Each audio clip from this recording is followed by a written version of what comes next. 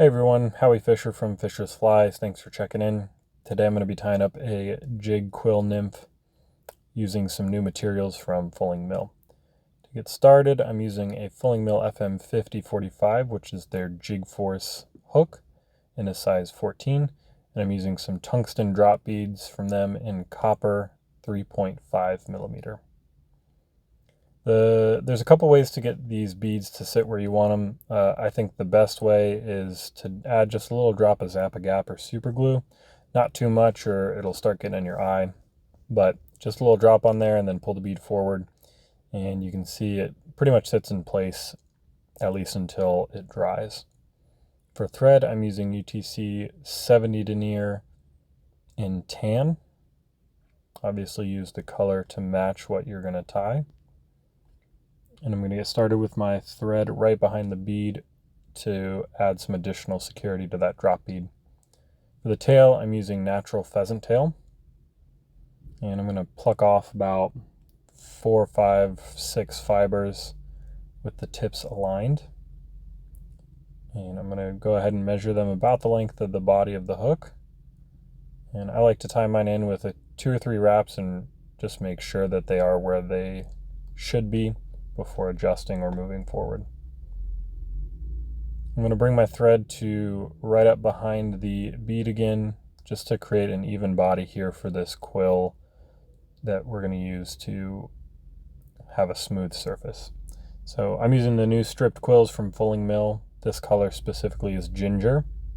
They've got about a dozen and a half different colors. I soak these for about 10 minutes in warm water. Pretty much any natural quill I do that with to help make them a little bit more flexible and malleable. If you don't do this, it's not the end of the world usually, but it increases the likelihood of them breaking while you're wrapping them forward. So I'm going to secure that quill and then bring my thread again back up to right behind the bead. Then I'm going to grab my quill and I'm just going to wrap it forward. I like to take open wraps instead of touching wraps or overlapping wraps, as you can see here. I think this just adds a little bit of variation or additional variation to the fly. So when it gets wet or when I put the UV resin on, you'll see there's kind of a different color contrast between the quill itself and the thread underneath. Just a personal preference. I do tie them both ways, but usually I like to tie them this way. So as I said, I'm going to hit this with a little bit of Solarez Bone Dry to protect that quill and give it some extra durability. Just a super thin coat here. Make sure everything is coated before hitting it with that UV light. And as I mentioned, with that thread showing through underneath, it's going to show through a little bit darker than you think.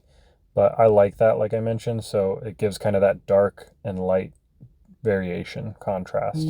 For the thread here, I'm using my Perfect Blend dubbing in brown and gold. I'm going to go ahead and grab a clump of it, pinch, however you want to say it. And I'm going to go ahead and straighten these fibers out, make sure all the tips are aligned before creating a split thread dubbing loop. So I'm going to spin my thread counterclockwise to flatten it out a little bit, and then flatten it some more with my bodkin. Then I'm going to split my thread with my bodkin and insert my clump. I'm then going to spread it out to make it a little bit even.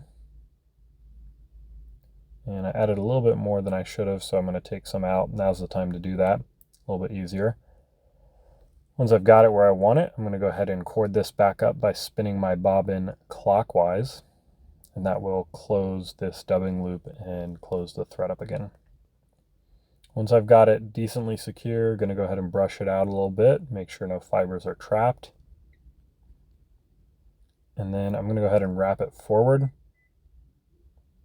to right behind the bead until it's done.